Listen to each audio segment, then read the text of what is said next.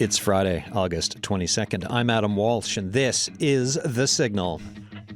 Today we're talking friendship, community, cures for loneliness, all thanks to a deck of cards. You will meet people from Bridge on the Edge, a club with 150 active members.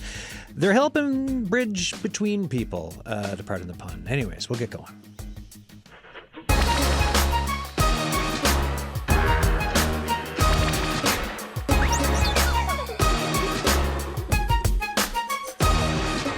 So, folks, card games, Newfoundland and Labrador, big part of family and community culture in this province. 120s, 500s, crib, and for my guests today, bridge. So as we talk, right, we've got a full house here, 4 people in the studio. We will call a couple people with the club as well. But as we're having this conversation, if you have thoughts for us on, or like a little story on the importance of any card games to Newfoundland and Labrador culture, give us a call, 1-800-563-8255, 709-722-7111. You can text us 709-327-8206. Emails thesignal@cbc.ca. And I will say, folks, there's been a lot of coverage lately. We've covered wildfires, some really serious discussions. We did Monday with the Canada Games. There's been a lot going on here. And so for this Friday show about culture, about connection, stuff that's kind of away from the news for a bit. It's something that I've been really looking forward to. Here with me in studio, we've got Roy Perry, the president of the St. John's Bridge on the Edge Club, and I'll get to the others in a second. Roy, how you doing? Very good, Adam. Thank you. What's the weight like of being president of Bridge on the Edge to represent all these fantastic people? Well, I'm sitting next to a past president who had to take us through the COVID era, and his job was much more strenuous and, of course. And difficult than mine. But I also have a board of directors that work with me, and they're very, very good. So everything runs pretty smoothly when you've got all these sorts of backup and assistance. All right. Folks, Roy Perry there. Nellie Burke, how are you doing? I'm doing just great, Adam. Thank you. Tell us a bit about yourself. I'm a recovering civil servant. I work for condolences government. on that. I worked for 37 years with government in various capacities. Yeah. I actually started out in Gander as a college instructor, the district vocational school, which was under government at the time, and then moved into St. John's and I think I had 17 different jobs in my career. The last one was I was executive director of the Office of Immigration and Multiculturalism. Right on. Yeah, I wrote the province's first immigration strategy, and it's gratifying to see that my groundwork is starting to pay off because we're increasing in diversity. Oh my gosh! Every day. Yeah. So when we think of some of the changing face of Newfoundland and Labrador and St. John's, we now know where to start. Exactly. You can thank me or blame me, whichever you want. All right. That's a very good bridge analogy. Yes, right. And as we so everything we say, we're gonna link back to bridge. No matter what comes up today, we will link it back to bridge. I promise everyone here today. Brian Shortle is also here. How you doing, Brian? I'm just fine, thank you. Tell us a bit about yourself.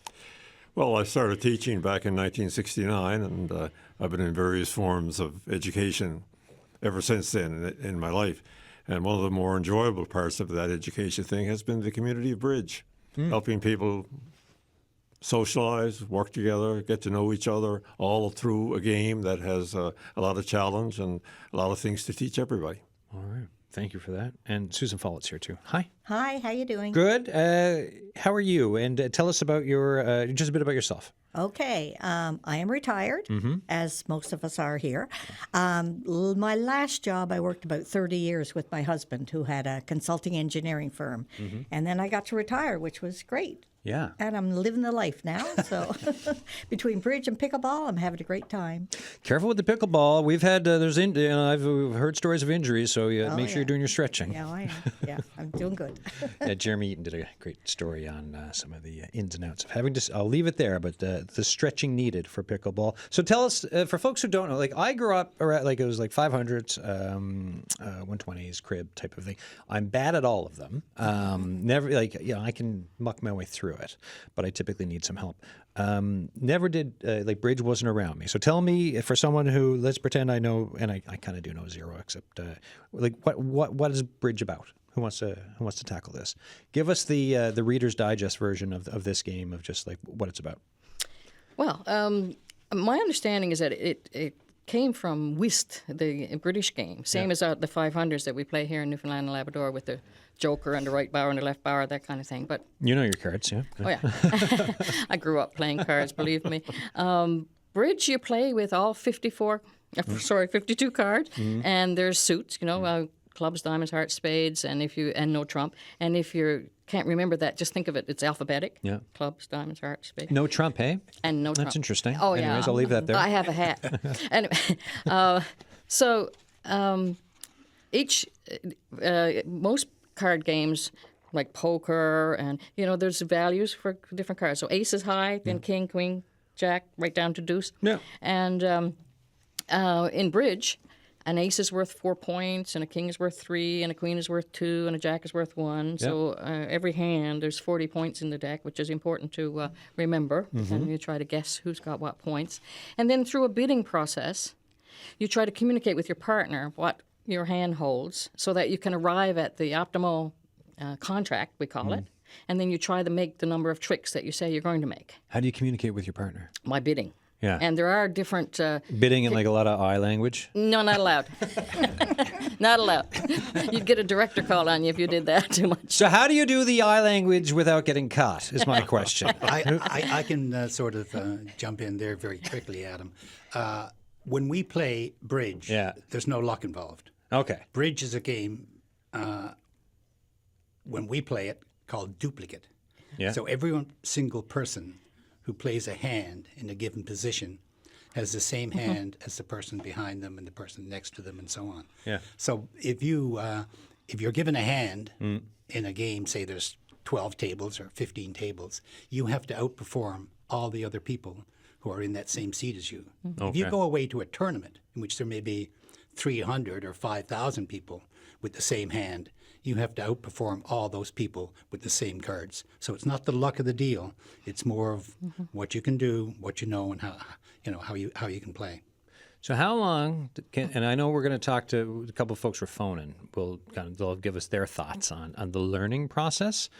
But how long typically can it take to get good at this game? I think you're always learning.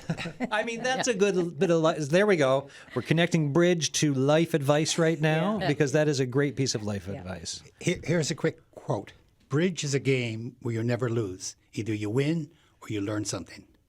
There's so much to learn. It's like sorry, Nellie. There's like a ladder thing. You get to a certain level and you realize, oh my goodness, there's more. And then you go on and you keep going. You keep growing in this game.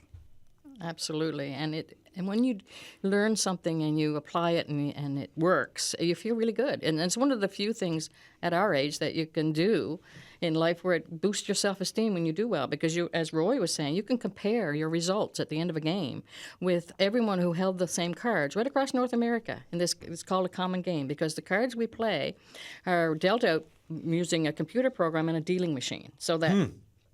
On any afternoon that there's a bridge game across North America, everybody who's sitting at table 1 north, say, because it's north, south, east, west, are going to be playing the same hand. Right across North America. Right across North America. That's why it's called duplicate, right? I mean, you try to duplicate, right? So that's how it's different from regular kitchen bridge or rubber bridge, we used to call it, right? What does that feel like then to know that there's folks right across North America playing the same game, in some cases like the same hand, with this duplicate bit on the go, just to have that thought of so many folks doing the same thing at the same time in such a vast space? Or do you think about it? Well, it's sort of a little bit consoling too, because you may be getting bad cards. It's not just me. And you realize it's not just me. So there are other me's out there. Everybody's got to handle this challenge. So in that sense, it's a bit like life that we forget sometimes. Yeah. Well, there's bridge clubs in probably 2,000 American and Canadian cities, and I think there's probably 130 to 150,000 members. So all those people at any given point in time are probably playing in the common game at some point. Yeah. That's wild. It is wild. That's really neat to think about that. How did you get hooked on this? Like, when did you discover that it's too late, I'm in, and I'm not leaving? Well, for me, I'm like Nellie.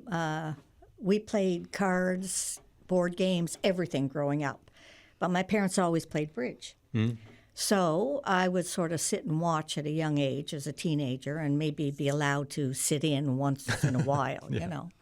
Anyway, I came to St. John's as a young adult, and I really didn't know anybody. But I found a bridge club. Right. And that's sort of what started me on that. So when would that have been? Ooh, do I have to say? So 5 years ago, you came to St. John's. No, that would have been 1970. Right. So you've been playing bridge Yeah. ever since then. Ever since then, you'd just have a few friends. There'd be a table of 4 of us. Then myself and Nellie and a few others. We were in a little bit of a bigger. There were 8 of us. And then some of us started taking lessons and joined a duplicate club. And, yeah, it just sort of kept expanding. And it's a lot of fun. All right, Brian, what about yourself? That's the pattern. I followed that same example. Yeah. My mother played bridge. Right. So from a very young age, I was familiar that there was a bridge game, and eventually she even began to go to duplicate bridge here in St. John's with Ted Power and the Clousons and people like that who many, many years ago were fostering the game. And this is one of the objectives we have as a club is to make duplicate bridge available to people, make them understand just what it is we play. It's just another dimension in any kind of playing bridge, and one we think is quite fascinating. So when did this duplicate bet, when did it, like, to have this North American scale of it, when did that come on scene? 1927, I think it started. Okay. And that brings up this is supposed to be like the 100th anniversary year for the ACBL, which is the parent organization. And then from 1927, there were 2 or 3 leagues, and they were like whist leagues and contract leagues and so on, and they came together.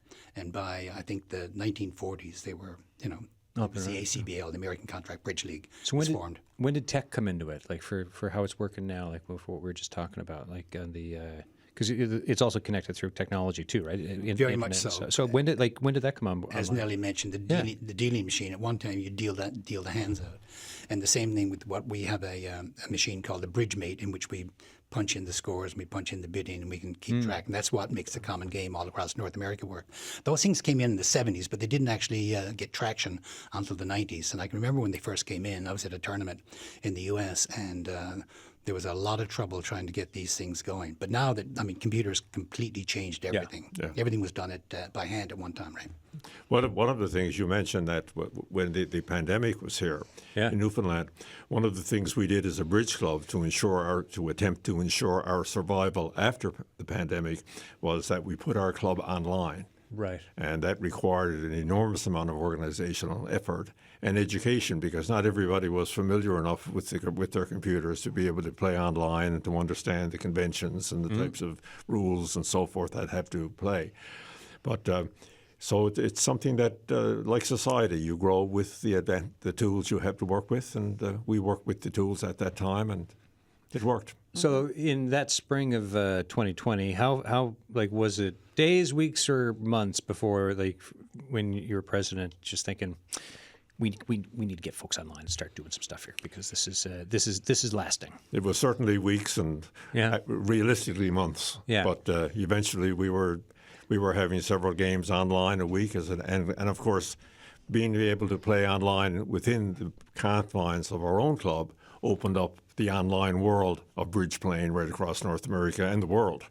So our players now can play and do play. You can ask Nellie about the online game. She's always on there. All right, Nellie, tell us about it. Come on. I do an awful lot of online play. There are a number of sites, but the one that I play on is called BBO, Bridge Base Online, and I understand it was started by Bill Gates. Okay. And they have a partnership now with the American Contract Bridge League, so that you can play some games online and earn points toward your designation. Like we haven't talked about yet how you can become a Life Master and a Bronze Life Master and a Silver and all the way up to Grand Life Master, I think it is. So you log on to BBO, on I do most nights, and there's like thousands of people online, and mostly I'd say North America, but they're from around the world probably. All over the world, yeah. Yeah, I used to play just casually, not try to earn points, because when I was in the more learning mode. And I used to keep a track of what countries that people were from, because you could hit on their name and it would tell you. And I stopped counting at 108 countries that I played bridge with people from. And it's an amazing family of bridge players, of, this common love that we have. And sometimes you feel comfortable enough to say, greetings from Newfoundland. And you wouldn't believe how many people say, Newfoundland, oh, you're so lucky, it's beautiful there. I saw come from away. And this might be someone from Europe, Britain somewhere, or someone would say, I've never been, but it's on my bucket list. And I'd say, well, you need to come. And if you want to see whales, this is the time of year, that kind of thing. So, I should be paid by the Department of Tourism even now, But should be part of the should be just tack that onto the questionnaire for arrivals. Like, did you come because of bridge? And it's like, it's spiked. Yeah, and the other aspect of that, it works the other way as well, because Roy's had the experience where he's gone to the UK and actually played bridge in the UK. Like, wherever you go, there's likely to be a bridge club, and if you show up, you're more than welcome. And we had someone at our club yesterday who was here because his grandkid is playing in the Canada Games. He's from Nova Scotia. He popped in and had a game of bridge with us. Isn't that neat? Yeah, that's so cool. And I also love the fact of, I don't know if you know this, but every so often the internet is not a great place. But to have, I know you know it, but to have that type of a story, right? And the reminder of there is good community, rich community to be found, of voices and people and connections in a time when I've done shows on the other bit of the rabbit holes people can go down and what they can unfortunately become because of it. But then to hear this, it is so nice. Yeah. There's another aspect of this too that we don't want to lose sight of. I know it's not a major objective of this discussion. No, bring it up anyways. But our local bridge club, Bridge on the Edge, comprises 150 persons. Yeah. And they are actually a club as well, in the confines of the city of St. John's metropolitan area. Totally. So as a group of people who come together to play bridge, we socialize, we get to know one another, we get to help one another out, and we do some things as a club within the community as well to attempt to help other organizations. For example, we participate in the Longest Day, which is in support of Alzheimer's. We do things like food drives and things of that nature. So it's more than bridge. You expanded out to socialization and a personal growth thing and a way to help others who may need a hand. So that's there. And I tell you, when Rick, one of the members, Rick Callahan, who pitched the show, because in the beginning he was like, "Hey, do you want to do a show on bridge?" I'm like, "I don't know." I'm like, "Cards on the radio. I don't know how it's going to work." And he's like, "Well, Adam, when I listen to your show, I hear community, I hear friendship," and he started listening to all the things. I was like, well, if you put it that way, Rick, have him in and we'll do a show on it. Because this is the thing. Like, this is for the Signal and what we do. We and I talk about this a fair bit. The lens we try to use on shows is empathy, and every show is about connecting one kind of community. So then, when Rick phrased it all this way, I was like, well, of course we can do a show, because this is everything I like to talk about. That's right. And it's just a different window dressing each time. Another part, too, is that our club is a member-owned club. Yeah. And we're member-owned. Everybody is equal. It's a not-for-profit organization. Nobody is making money. Yeah. Any funds that we have go to the operation of the club and to help us play better bridge or to help us outreach to others who may need a hand. So that's a very important thing as well. We try to have a safe environment that's quite mutually respectful, and everyone is welcome. You're listening to The Signal. I'm Adam Walsh. Today on the show, well, we're talking about bridge, but like I just said, it's friendship, community, cures for loneliness, helping out in the community, all thanks to a deck of cards. The people here with me in studio are with the Club Bridge on the Edge. But when we think out a little bit for the cultural thought on this, card games, big part of family and community in Newfoundland and Labrador. 120s, 500s, crib, and also bridge. All part of it. So if you have thoughts for us or thoughts on the importance of card games to our culture, or a little story, anything you want to talk to us about, 709-722-7111, 1-800-563-8255. You can text us, 709-327-8206. Emails thesignal@cbc.ca. We've got a Bridge on the Edge member on the line right now, Judy Osmond. Judy, how you doing? I'm doing fantastic, Adam. How are you doing? Great. Thanks for coming on the program. In my notes from Arlette Lazarenko here, it says you're a novice bridge player, newer to the club. How did you get involved? Well, I moved back to Newfoundland. I was decades away living in Ontario and Florida. And 4 years ago, I decided to move back to my home province. And 2 years came and went, and I started to get a little bored. And I thought, okay, I need something in my life that is going to be stimulating, that is going to bring me interesting people, that's going to keep me vital and vibrant and happy. And I thought, okay, I love bridge.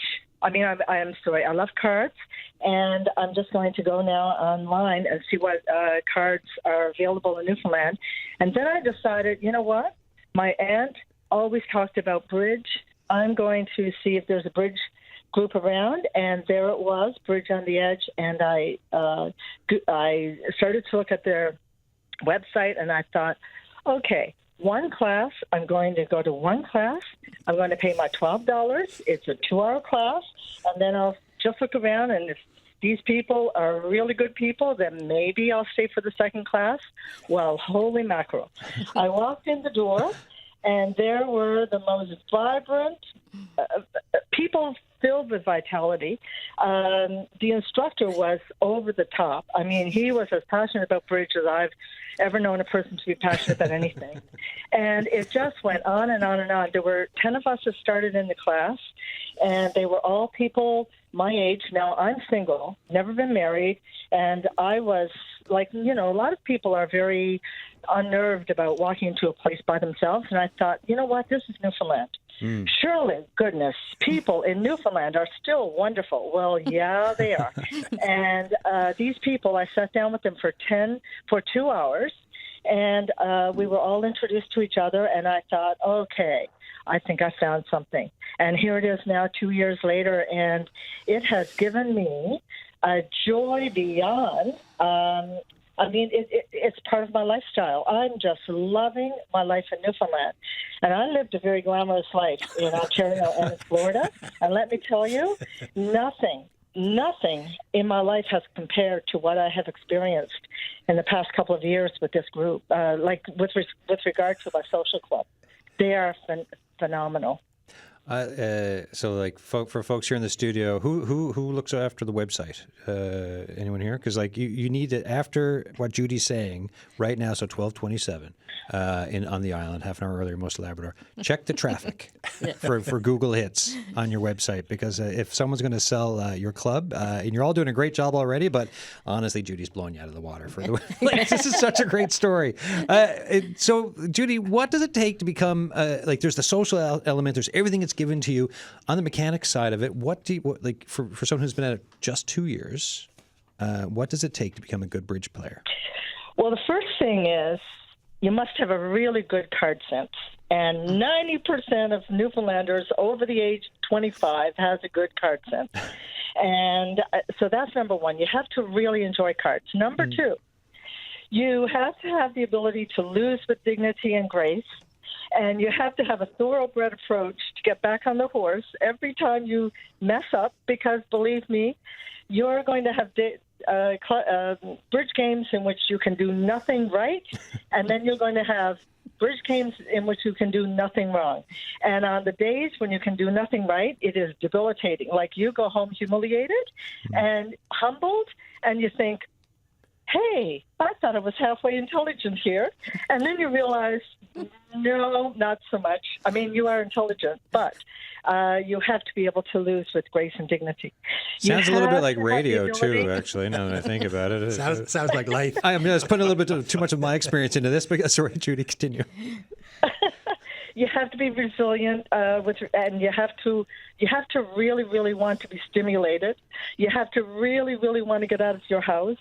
You have to have the ability to play with a partner, and it's not a me game; it's an us game. I live by two mantras: if not now, when? And number 2 is never too late to become the person you always wanted to be. And bridge is one of these things that I think people put on their bucket list when they're 20, 25, 30, when they're having a game of cards with their aunts and their uncles, and they realize that one aunt and uncle out of a crowd of 18 plays this thing called bridge. And you think, oh, maybe one day I'll check into that. Well, you retire or semi-retire, or you don't even retire at all. You're like bored with your life, and you want to have a wow life. This is the game for you. All right. I have a couple of quick comments there. Yes, Adam. please join in. Yes, Here of we go, course. Roy. I'd just like to publicly thank Judy because she gave back in spades. After she did a couple of classes, she did a lot of organization. She was a great bonus, great help to the education committee, and she did a fabulous job organizing and keeping the game alive. So I'd like to thank Judy for that. She did a lot of good work for us. Well, you know what? You whenever you give as a volunteer, and that's something else that we love to do, right? And any of us that read lots of books on how to live a successful life. One of the there are many checkoffs, right? One is to volunteer back into your community and give back, and the bridge allows you to do that. Another thing is to get up and move. You have to get out of your house. Yeah. You have to, you want something with strategy. But I want to also give a challenge to your audience, to your listeners. And I want to say this, only join Bridge if you're looking to enhance your lifestyle, meet interesting people, and add a richness to your inner life. That is a great challenge. Judy Osmond, thank you so much for coming on the program and talking about your experience. I really appreciate it. It was my pleasure. Have a great day. You too. Cheers, Judy. Bye. So I love it because when we do shows, like I'll have notes and stuff, right? And Rick, I'll mention Rick again, sent us notes for this show, and I love that, like, when stuff ties together, because one of Rick's notes, of great importance, perhaps the greatest, is our story. Every bridge player has a good story to tell, and they usually know how to tell it in a compelling manner, how they came to play bridge, their joys, disappointments, and how meaningful the game is to them. And then I think of the conversation we just had with Judy. I'm like, Rick, your notes were bang on. Thank you so much. And thank you again, Judy. Any thoughts on what Judy was saying, folks? I was going to say that one of the things that Judy mentioned is as you get older, one of the few things that you can get better at is bridge. I used to do a lot of skiing, cross-country, downhill, played a lot of hockey, baseball, most everything in terms of sports, and, ran marathons, did triathlons, whatever.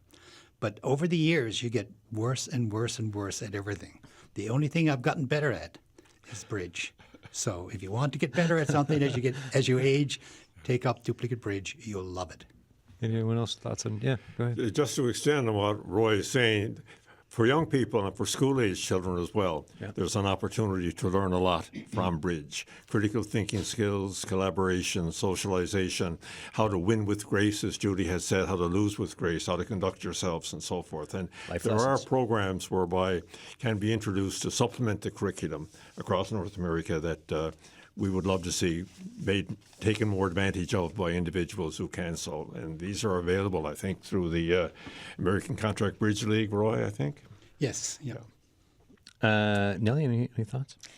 I was going to tell you a bit about my story. Yeah, it's please a little different in terms of how I got the designations. Yeah, go for it. Of Life Master and that. You started bridge. Duplicate bridge when I retired, but I had played casual bridge since I was in my 20s, so we're talking many years ago. But that, it's a fun game, and I still do play some kitchen bridge, but it's not the same challenge as duplicate bridge, as what we've talked about. So anyway, when I joined after I retired, I started picking away at some points. And first I was kind of, 0.3 of a point, and how low was this? Because I knew that in order to become a Life Master, you had to have 500 points. And they had to be a combination of black, red, silver, and gold. And I quickly learned that you really couldn't earn any gold here in Newfoundland because we're too small to hold tournaments. Right. And you had to travel in order to play in tournaments and win gold. But I was picking away at it. And it got to the point where I had lots of points. I just didn't have all the gold I needed. Yeah, yeah. I had gone to Halifax to a tournament and Ottawa to a tournament and St. Catharines to a tournament. And now I'm like, I think I had 44 gold out of the 50 I needed.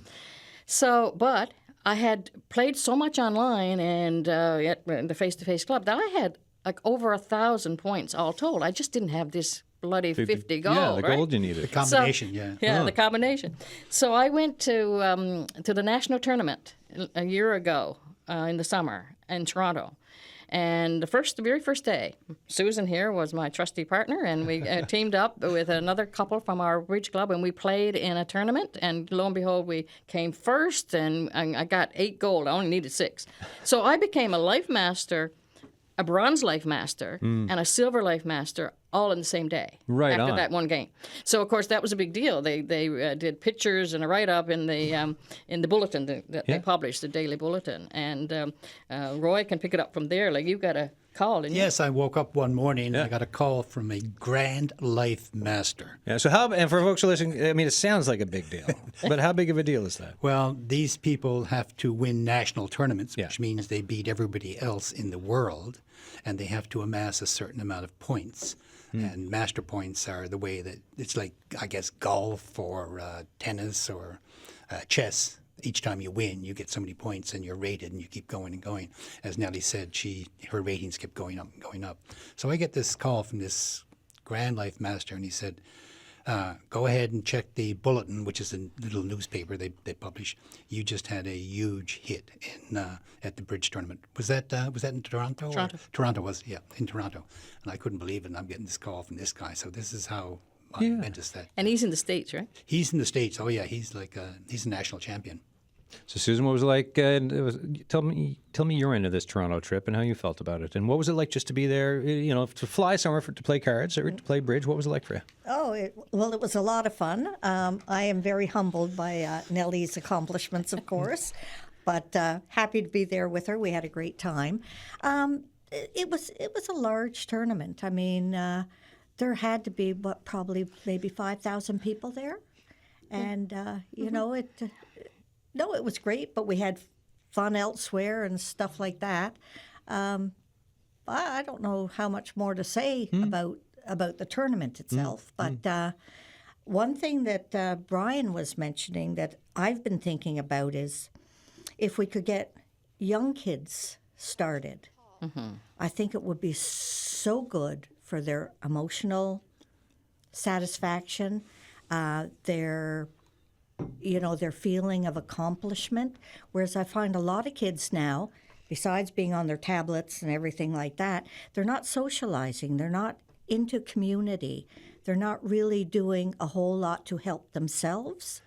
And if they could start, like, at the ground level, at school level, I think it would be an amazing thing for the next generation or for the generation to grow up, And I mean, that is such an interesting point to make because when I was coming to this show, I had a couple of different thoughts too. We've done shows on seniors and isolation and loneliness, right, which is a big issue in this province, especially with demographics and the way the communities have changed. But we've also done shows talking about in this time of hyper connectivity, and you can be connected to the world but still feel as a younger person completely isolated and alone. So for these points you're talking about and these life lessons, yes, I mean they cut across so many. It's not a seniors thing, a young person thing, a middle-aged thing. These are things that cut from the beginning up to the later years. Yeah, and see if I could jump in there too. Yeah, it's all the teachers out there getting ready for their new school year, and you're thinking about maybe any after school clubs, that kind of thing. Introducing bridge to say high school kids would be a wonderful thing to do, and maybe our club could provide some resources for doing that. I mean, I was a teacher, or a college instructor. I'd love to go into a school and teach some young people how to play bridge. Yeah. And I appreciate, too, when we had Judy Osmond on talking, just the bits about learning how to win properly, which is a skill, right?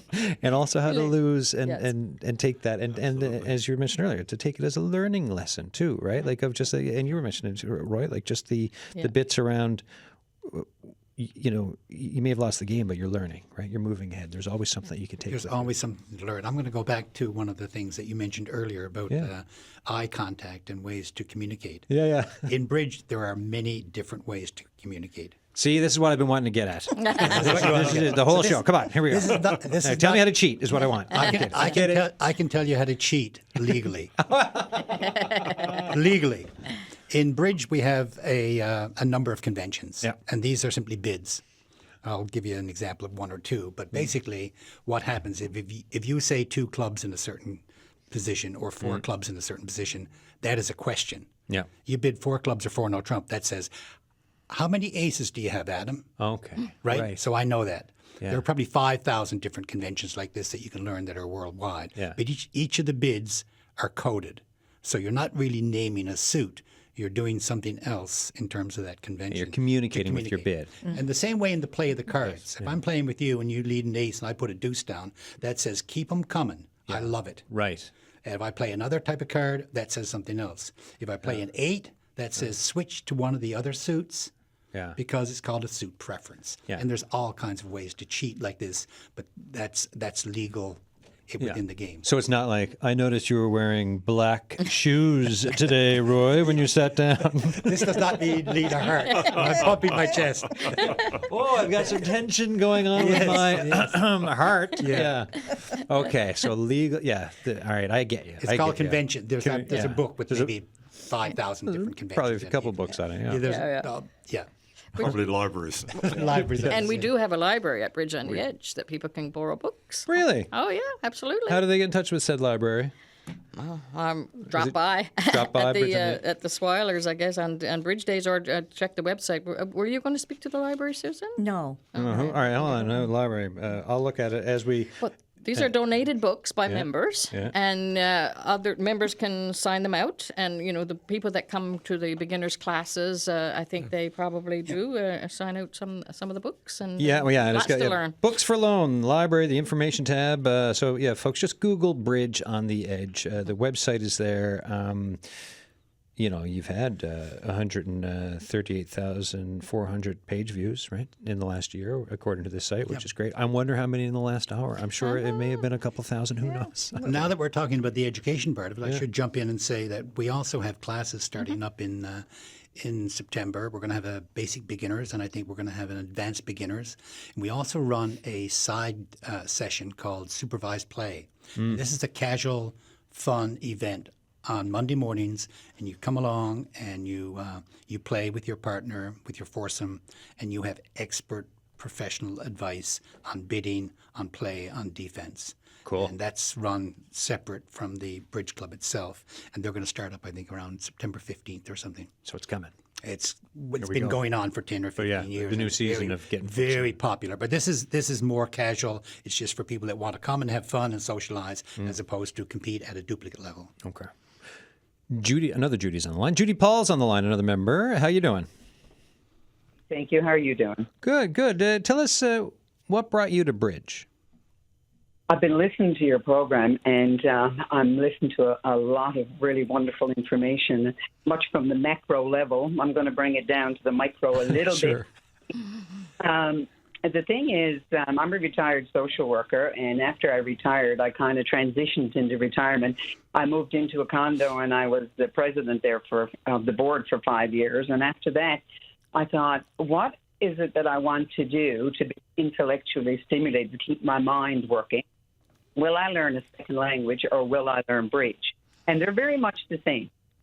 It's like learning a second language. It's very, very intellectually stimulating. I'm a real card player. I play so many cards and board games.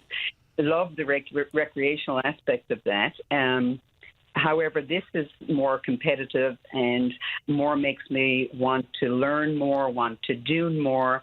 And from the micro level, Roy touched on it when you talk about the supervised play. And what that is, when you're playing there and you need help, or you're at a point where you don't know how to do that bid that Roy just said, like lay your 4 clubs or do this or that, you raise your hand. And when you raise your hand, someone comes along and helps you do that. Then you move from that into a duplicate light program where I'm playing the same cards that that the other group are playing, but we're all at the same level. And so you just step into playing duplicate bridge with people who are at your same level.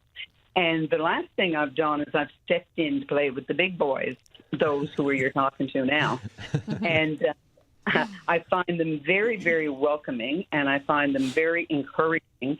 And I find I want to do better, but they also want me to do better. And so when we play a hand, and after it's over, one of them will say to me, now, Judy, if you had to do this, or when you had that, maybe instead of 2 no trump, you should have played 3 no trump. And these are the things that stay with me. Like, there are things that I won't forget because I actually did it in practice rather just than in theory. So and the other thing I want to say too, that's me. I want to move on, and I might be 50 years getting there, but I'm moving. But there are people who love the supervised play and love the duplicate light, for instance, and that's where they want to stay. That's where they're the most comfortable, and so that's what they do. There's no pressure. Like, come and be yourself. Tell the people what you want to learn, and they'll help you learn it. It's an amazing adventure.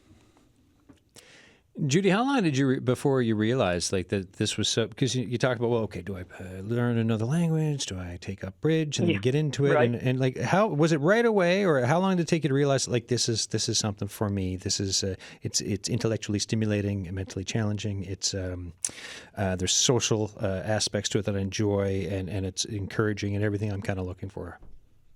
Well, I started off actually by learning to play bridge with the city of St. John's, and from there, I did played with people in their homes, and I love the game. I love it.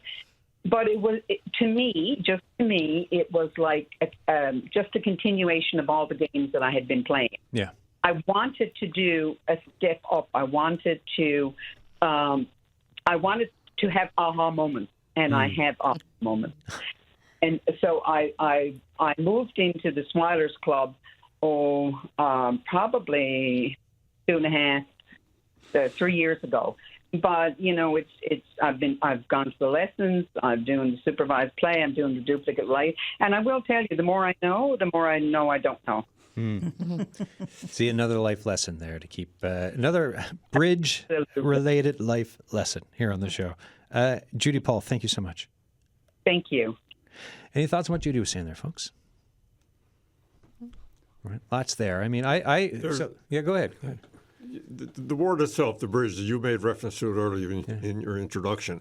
Bridge, it's a means by which not only do you get better at playing a certain game of cards and develop the skills that go with that, but you're bridging out socially and intellectually and to individuals who will help you learn, and you can do some things together. And there's a synergy that comes out of that that benefits our whole society, our whole community. No, the game of life, right? Exactly. And I love Judy Paul talking there about the supportive element of it, of even afterwards, like, hey, here's what you could have done, and tips and all that. Like, because I was having a flashback then of playing, and the family who listens or it might be listening now will know who I'm talking about, but I won't name them. But playing 500s with a certain great uncle of mine, and I laid down the hand, and he was like, "No, Adam, no," and I'm like, "Oh, what did I do wrong?" So it's nice to hear about the supportive nature of it, as opposed to what you can get in other elements of card games with people. So you were going to say something? No. Okay. You talked about the charity work. What's the discussion like around that for where stuff goes and how to be involved in that elemented out bit of stuff? You're meeting, you're playing cards together, learning together, and then, as you mentioned, not for profit. Where do you make these decisions for helping community? We have the club operates with a board of directors. And people are elected to fill those positions. So if someone has a suggestion that they would like to help a given purpose or what have you, it comes to them, and the board of directors and the club manager, whom we have as our only employee, would help foster those kinds of things. So that's how then it gets programmed then as a means something that the club is going to do and support. So it's just not taken totally ad hoc or No, at of course. whim. Yeah, It's yeah. individuals who come there. Planning. Yeah. I think I can say something to Yeah, that. sure. What we do in conjunction with the ACBL, we participate in a North America-wide fundraiser for Alzheimer's every year. It's held on the longest day, which is June 21st. This year, we had a silent auction. There were people who donated privately, and all the table fees went to our local Alzheimer's chapter. And we raised $14,000 for that great. just in the one day. So that was pretty cool, I think. But we also contribute annually to the Happy Tree and to the Community Food Sharing Association. So we do our little bit. Not everybody really gets involved in it, and they're happy to participate, so it's good. Nellie, you were saying? Yeah, I was going to Exactly what you said. exactly of that. This was North American, the longest day, and we also had 50-50 draws in the month leading up toward the, with everything going to. You want to towards talk Alzheimer's. about culture in Newfoundland and Labrador, 50-50 draws. I mean, gosh, Everywhere, gotta, right? Yeah. beat people with sticks. So, 50-50 draws. What else? Well, the other neat thing is because we're part of a community, and we play twice a week. Like, for example, I have a whole bunch of rhubarb growing in my backyard. I can't go through it all. So I go out and I pluck rhubarb and I do it up in packages and bring it in and say, look, help yourself.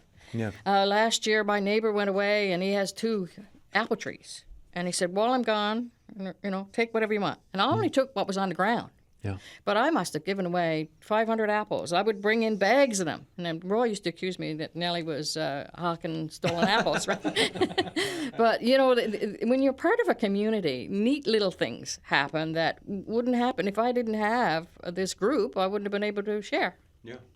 No, of course, right? And that's the whenever we have these types of community conversations on the show, it's stuff I really enjoy hearing about. Like you've got a group that does the things. In this case, it's playing bridge. But there's way, way, way more. I mean, it's like we got a library. We're donating charity. Also, you're giving out stolen apples, like you were just saying.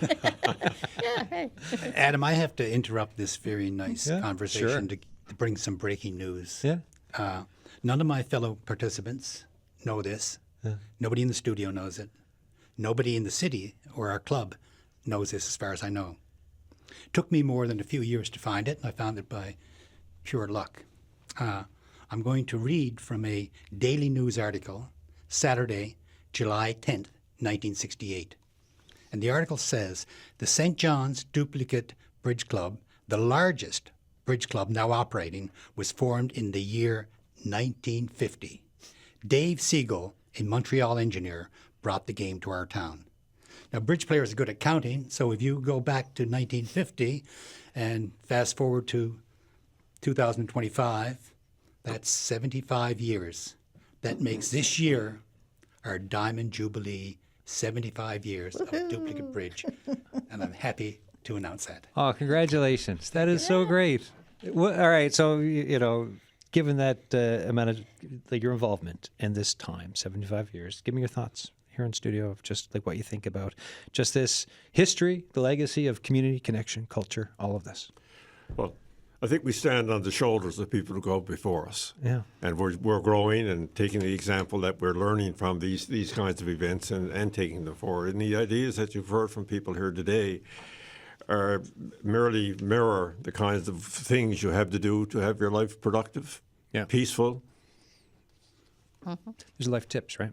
Yeah. And it's really funny because life can be so hard and complicated, but then you can have conversations. You're like, well, there's also, and not to take away from what people have to deal with because it can be a lot, but then you can center things and boil it down sometimes to, which I think when things do get complicated and hard and difficult, it can help you get through those tough moments. That's right. For like what we're talking about here. Especially if you don't have to do it alone.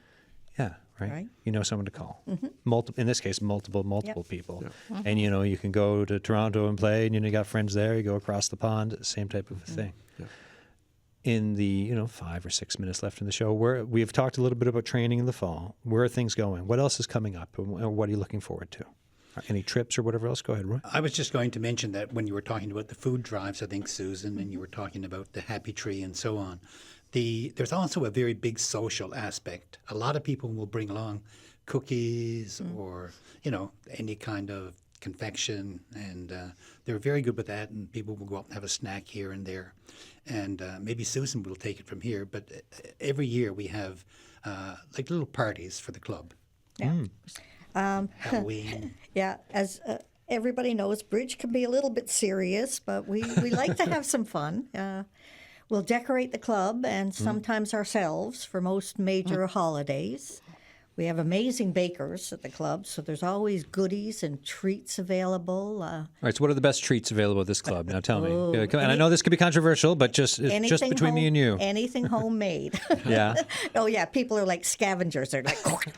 You should see the newsroom upstairs. There's a filing cabinet, and at the minute you put food on it, and then we are like seagulls. Yeah. So I understand the image. Oh, yeah. And, Halloween we'll have loot bags, and like I say, we decorate the club and people get dressed up, and we just have fun with it too, and I think everybody appreciates it, and it lightens the mood, and we always have a big old turkey dinner at Christmas time, and so everybody joins in, everybody participates, everybody helps everybody else, and it just works out well. Amazing. Yeah. And every bridge day, there's a volunteer dealer to operate the dealing machine. Yep. And there's a volunteer who comes and sets up all the tables and makes sure the bidding boxes are on the tables and everything else that needs to be there. So it's run by volunteers. Yep. We do have a club manager that gets compensated, a nominal fee, but other than that, it's all volunteer run. Yeah. It's people with wanting something to create something together, to be part of something together, and putting the time in to keep it going. Absolutely. And we all feel, I think, that we're doing something to help us keep our cognitive abilities going in this day of Alzheimer's and everything, that we really feel that this game is helping in that regard. That and attention span stuff too. Like nowadays, I can't. It's like the scrolling that the people do, myself included, and I find it sometimes even difficult to read a book, but then to think of like sitting down and being focused on a game, right? It sort of puts the personal face back on connectivity. Yeah. Yes. Online, we have a lot of connectivity. We do a lot of things together, and it's very rich and very, very developing. But playing a bridge or coming to a club of this nature puts the human face back on, and that's something that we're learning and we're treasuring. Yeah. As much as I love the online bridge, there's no substitute for the face-to-face. I mean, it's a lot more enriching and rewarding. Here's a note we just got in. Hold on, It's always funny when I read something without double-checking it on the air, because who knows where it will go. But here we go. Let me see. This is from Sybil. The game of bridge has been my social outlet for nearly 60 years, except for 2 summer months. I play 4 times a week with 4 different foursomes. Once a month, 12 players from other foursomes get together for lunch, followed by a bridge game at a player's home. We take turns. Up until recently, each summer, 4 of us would have a 2-night stay at different towns in Newfoundland and Labrador: Eastport, Cowhead, Twillingate, Bonavista, Gander, Fogo Island. Wow.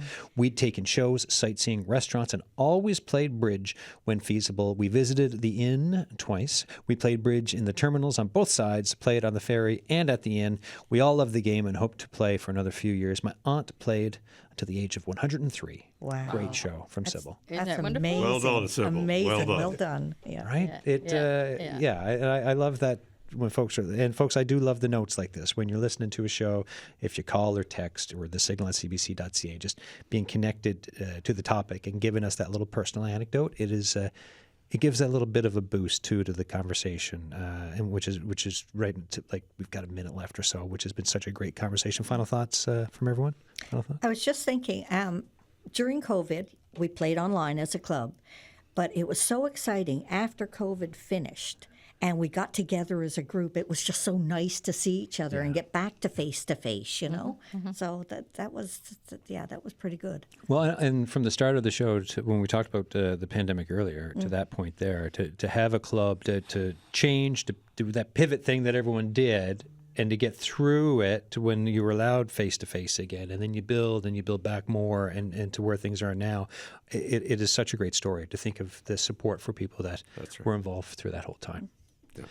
I'll go to the president. Final word. You got 20 seconds, 15 seconds. Okay, one of my personal goals as president was to establish a Hall of Fame, as Brian said earlier, to recognize and preserve the legacy of the people that came before us, the builders and the players. And I'm hoping that we'll be able to do that in the near future.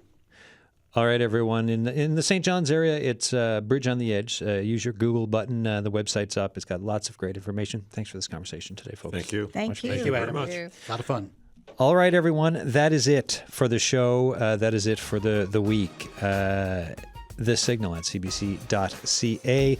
Looking ahead to Monday, we're talking personal finances. We're talking back to school costs. We're talking cost of living costs, how to budget, debt, you name it. Full show. If you have thoughts for us on just how you're navigating personal finances in these, still inflationary or high cost of living times, get at us on Monday. Until then, thanks for listening.